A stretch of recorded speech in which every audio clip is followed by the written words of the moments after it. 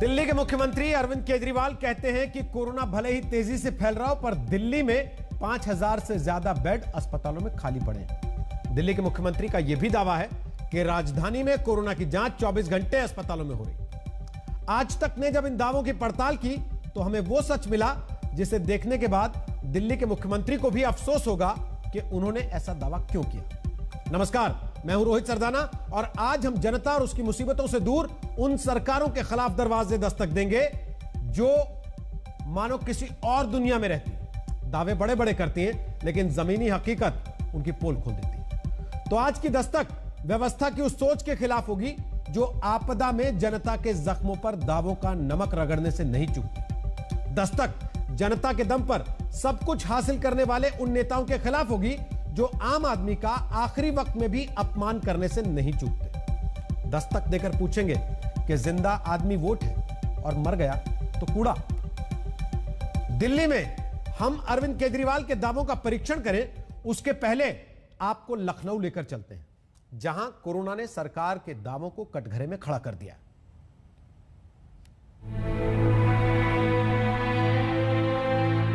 शाम को जो क्या कहते हैं 7000 का मिल रहा था 3 बजे, 8 बजे दूसरा सिलेंडर लेने गए तो सेम 12000 का दिया।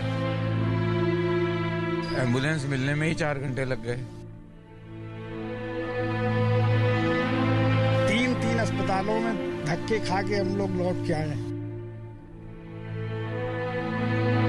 प्रशासन ने कुछ नहीं सुना, बस ये कष्ट है। बस शामे अवध के लिए मशहूर लखनऊ की एक शाम ऐसी भी होगी कभी किसी ने नहीं सोचा था, जहां कैमरे में कैद होती चताएं डूबते हुए सूरज के साथ रोज न जाने कितनी जिंदगियों की कोरोना के कारण डूब जाने की गवाही देंगी। जिसने भी लखनऊ से आए इन वीडियो को बुधवार को देखा वो लखनऊ के लिए दुआएं करने लगा, हाथ जोड़ने लगा, प्रार्थनाएं करने लगा। और फिर आई पर्देदारी। सिस्टम जब सब कुछ दुरुस्त नहीं कर पाता तो जहां से सुलगते हैं सवाल वहां पर्दों का पानी डाल देना शुरू हो जाता है। क्या लखनऊ में भी यही हुआ? जिस भैंसा कुंड की तस्वीरें सिस्टम पर सवालों की लौ उठाती दिखी, वहां कुछ ही घंटे बाद दिखा भैंसा कुंड को ढकने की जद्दोजहद करता सिस्टम। इस बात की कोशिश नहीं की कि इस पर रोक लगाई जाए कि कैसे मौतें रुकेंगी और कैसे ये संक्रमण कंट्रोल होगा। उसकी बजाय पूरे इस इलाके को ही बैरिकेड, यहाँ पर फेंसिंग करनी शुरू कर दी। ये जो शीट लगी हुई है ये यहाँ का गेट है जिससे बैकुंठ धाम में लोग यहाँ सीढ़ियाँ उतर के जाते हैं। लेकिन सरकार ने, नगर निगम ने किसी की नजर न पड़े कि कितनी भयावह हालात हो गई है, इसके लिए यहाँ पर बाकायदा ये शीट जड़ दी जिससे कि लोगों को ये दिखे ही नहीं कि यहाँ क्या मंजर है, क्या आलम है और कितनी ज्यादा डेड बॉडीज यहाँ पर अंतिम संस्कार हो रहा है। कांग्रेस की तरफ से सवाल उठाए जाने लगे। यूपी कांग्रेस ने ट्वीट करके पूछना शुरू किया कि तुम लाख छुपाओ बेशर्मी, दुनिया को पता चल जाता है। समाजवादी पार्टी ने भी इस पर सरकार को घेरा। समझ में नहीं आती आखिर सरकार छुपाना क्यों चाहती है। शमशान के डाटा कुछ और कह रहे हैं, सरकार कुछ और डाटा दे रही है। सरकार कम डाटा दे रही है, शमशान के डाटा ज्यादा हैं, कई गुने ज्यादा हैं। आखिर सरकार छुपाने की कोशिश क्यों कर रही है? ये तो सच्चाई है। सरकार को अपनी कमियों को छुपाना नहीं चाहिए, बल्कि कमियों को दूर करने के लिए व्यवस्थाएं बनानी चाहिए, जो 1 साल से सरकार नहीं बना पाई। लेकिन ये मुद्दा राजनीति का नहीं है। ये मुद्दा एक शहर में शमशान से आती परेशान कर देने वाली तस्वीरों का है।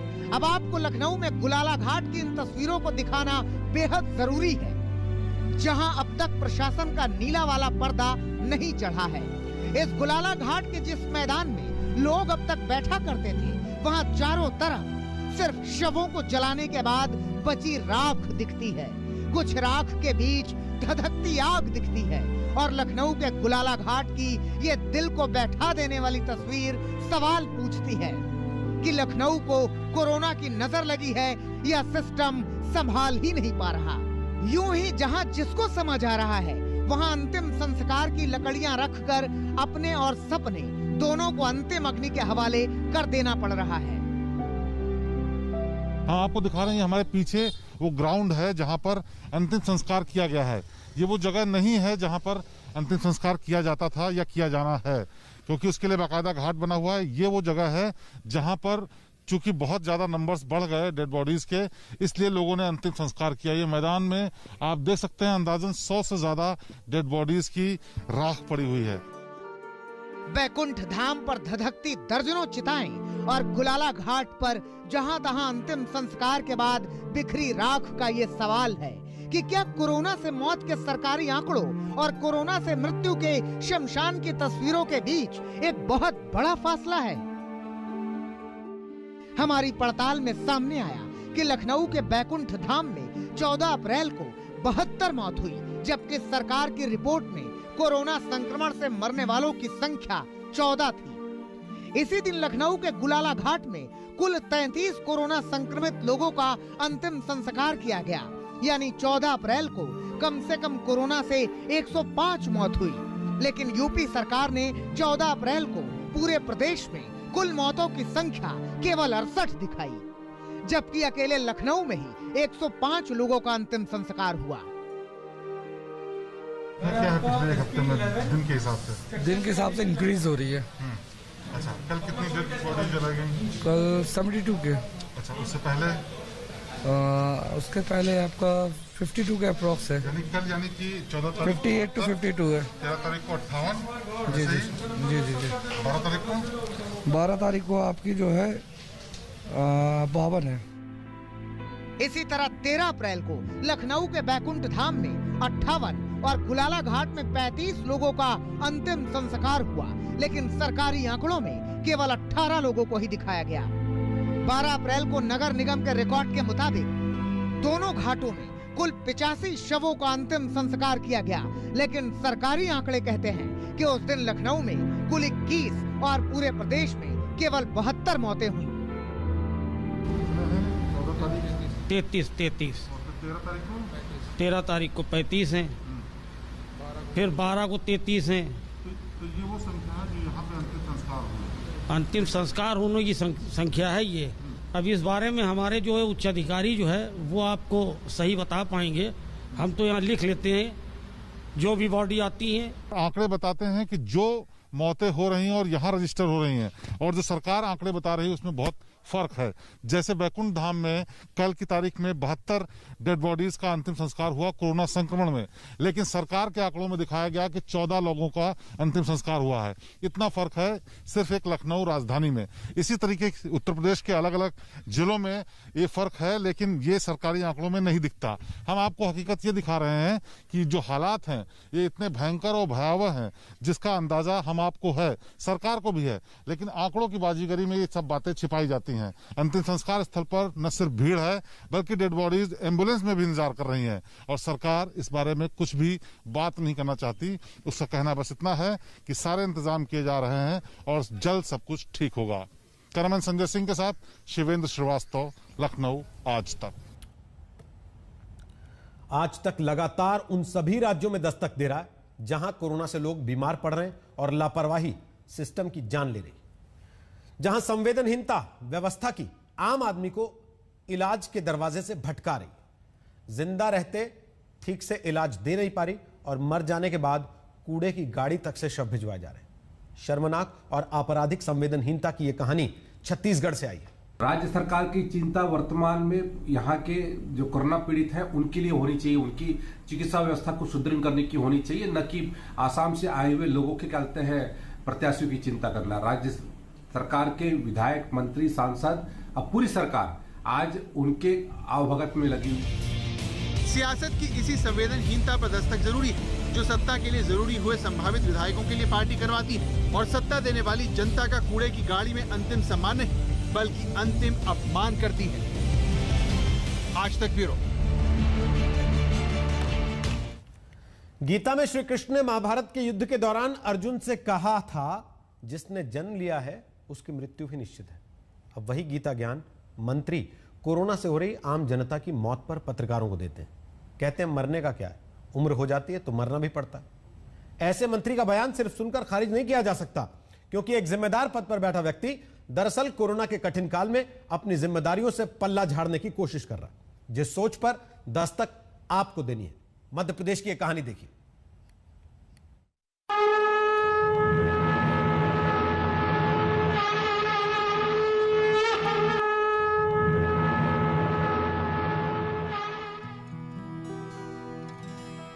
मौतें हुई हैं, इसको कोई रोक नहीं सकता। कलयुग में अपनी जिम्मेदारियों से बचकर ट्रोपी ट्रांसफर के ज्ञान की कोई भी किताब जब लिखी जाएगी तो उसमें पहला नाम इन महानुभाव का भी हो सकता है। नाम है प्रेम सिंह पटेल, काम है पशुपालन मंत्री मध्य प्रदेश के। लेकिन जिस मध्य प्रदेश में अस्पतालों में कोरोना के मरीजों के लिए बेड तक पर्याप्त नहीं, जहां मरीजों को कुर्सी पर बिठाकर या जमीन पर लिटाकर ही ऑक्सीजन चढ़ाने की मजबूरी है, उसी मध्य प्रदेश में कोरोना से आम जनता की मौत पर पशुपालन मंत्री दिव्य ज्ञान देते हुए कहते हैं, मौत को कौन रोक सकता है। मौतों के आंकड़े लगातार बढ़ रहे हैं संक्रमितों को, इस पे क्या कहेंगे? देखो, मैं बोलता रहा हूँ कि मौतें हुई हैं, इसको कोई रोक नहीं सकता। रोक तो आपको भी नहीं पाई जनता मंत्री बनने से, और ये मंत्री मौत पर एंटायर मेडिकल साइंस बताने के बाद रुके नहीं। आगे इनसे पूछा गया जनता जान क्यों गंवा रही है, तो मध्य प्रदेश के ये मंत्री दार्शनिक हो गए। क्योंकि कोरोना ऐसी चीज है और सभी लोग कह रहे हैं, मैं अकेला नहीं कह रहा हूँ, पूरा देश कह रहा है कि कोरोना से बचने के लिए हम सब लोग सहयोग करें। मरना तो एक क्या है कि जो आप बता रहे हैं कि रोज ही ना मर रहे हैं, अब मरने का क्या है, उम्र हो जाती है, उसको तो मरना भी पड़ता है। पशुपालन का महकमा संभालते हैं तो क्या अकल घास चढ़ जाएगी। वैसे ये मंत्री जिस सामाजिक न्याय और निशक्त जन कल्याण के मंत्री भी हैं, मतलब लाचार लोगों के कल्याण का जिम्मा इनका ही है, जिनके लिए कहते हैं उम्र आएगी तो मरना भी है। अब मरने का क्या है, उम्र हो जाती है, उसको तो मरना भी पड़ता है। मध्य प्रदेश में कोरोना से युवा मर रहे हैं। मध्य प्रदेश में कोरोना बुजुर्गों की जान ले रहा है। सरकारी आंकड़े कुछ कह रहे हैं। शमशान घाट में कोरोना से मौत के आंकड़े सरकारी दावों को झुठलाते हैं और मंत्री कहते हैं अब मरने का क्या है, उम्र हो जाती है, उसको तो मरना भी पड़ता है। और अब जरा दिल्ली की तरफ आते हैं। अरविंद केजरीवाल के उस दावे की पड़ताल होगी जिसमें वो कहते हैं कि अगर आपको किसी खास अस्पताल में जाना है तो आपको दिल्ली के सरकारी अस्पतालों में बेड मिलने में दिक्कत लगती होगी, वरना तो 5000 बेड खाली पड़े। लेकिन क्या यही सच है? क्या दिल्ली सरकार के अधीन आने वाले सरकारी अस्पतालों में 5000 बेड खाली पड़े? क्या दिल्ली में सभी कोरोना पॉजिटिव मरीजों को आसानी से बेड मिल जा रहा है? जमशेद खान और नितिन जैन, आज तक के 2 संवाददाताओं ने दिल्ली सरकार के अधीन आने वाले 3 बड़े अस्पतालों में जाकर पड़ताल की, तो जो पाया वो वाकई में बहुत परेशान करने वाला है। दिल्ली में हॉस्पिटल बेड्स की कमी नहीं है। अभी लेटेस्ट डेटा के हिसाब से 5000 से ज़्यादा बेड अभी खाली हैं दिल्ली के अंदर। 5000 से ज़्यादा बेड्स खाली हैं। देश की राजधानी के नाम संदेश में सुना आपने दिल्ली के मुख्यमंत्री अरविंद केजरीवाल का दावा कि दिल्ली में कोविड के मरीजों के लिए 5000 बेड खाली हैं। घबराने की जरूरत नहीं है, देश की राजधानी की स्थिति काबू में है। लेकिन ठीक उसी वक्त आज तक की स्पेशल इन्वेस्टिगेशन टीम भी दिल्ली के दूसरे बड़े कोविड डेजिग्नेटेड अस्पताल गुरु तेग बहादुर यानी जीटीबी में जमीनी हकीकत का जायजा लेने पहुंची। हमारे अंडरकवर रिपोर्टर ने एक कोविड मरीज को भर्ती करवाने के नाम पर बेड की वैकेंसी जानने की कोशिश की। काफी पूछताछ के बाद पता चला कि इमरजेंसी में ही पता चलेगा कि बेड खाली है या नहीं। रिपोर्टर ने इमरजेंसी में जाकर बताया कि उनकी माताजी कोविड पॉजिटिव हैं और सांस लेने में तकलीफ है, तबीयत खराब है। मेरी मदद कोविड पॉजिटिव है, ऐसे को देखनी है, नहीं है, आज मैं तुम्हारा खाली हो, आज मैं तुम्हारा खाली हो, यहाँ क्या है, कुछ लोग देखना ना, लेकिन ये यहाँ पर आ रहा है,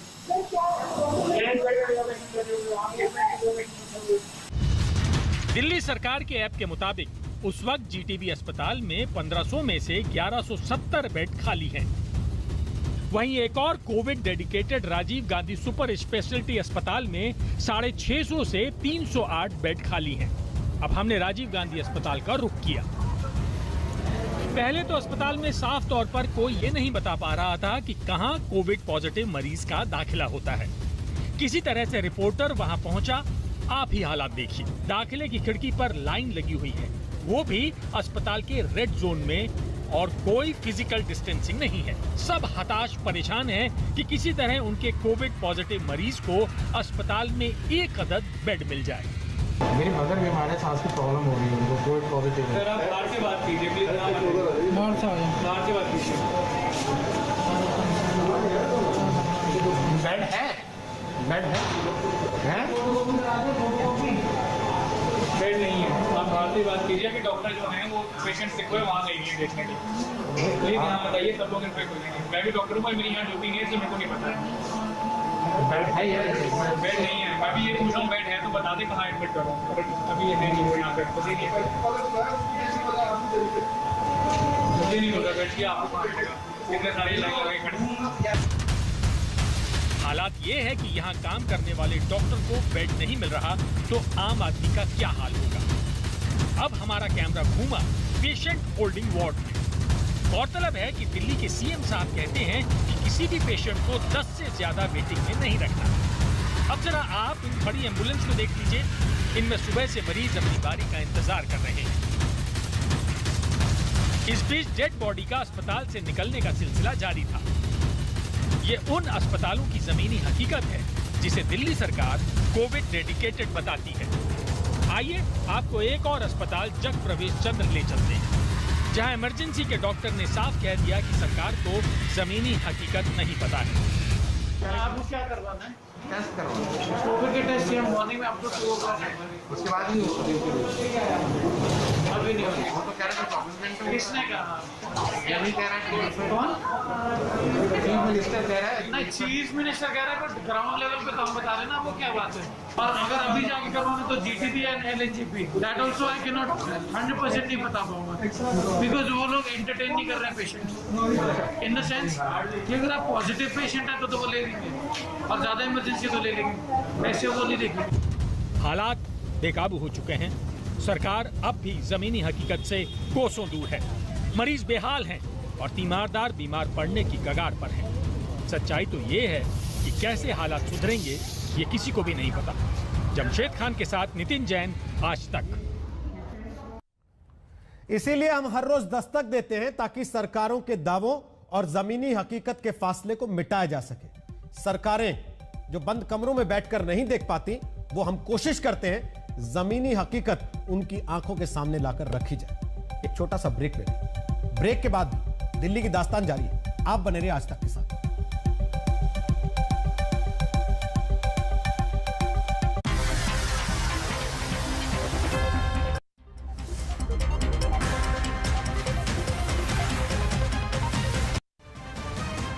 नमस्कार, मैं हूं अंजना ओम कश्यप। हमें उम्मीद है ये वीडियो आपको पसंद आया होगा। लेटेस्ट खबरों के लिए यूं ही देखते रहिए आज तक, और इस वीडियो के पसंद आने पर लाइक, शेयर एंड सब्सक्राइब करना ना भूलें।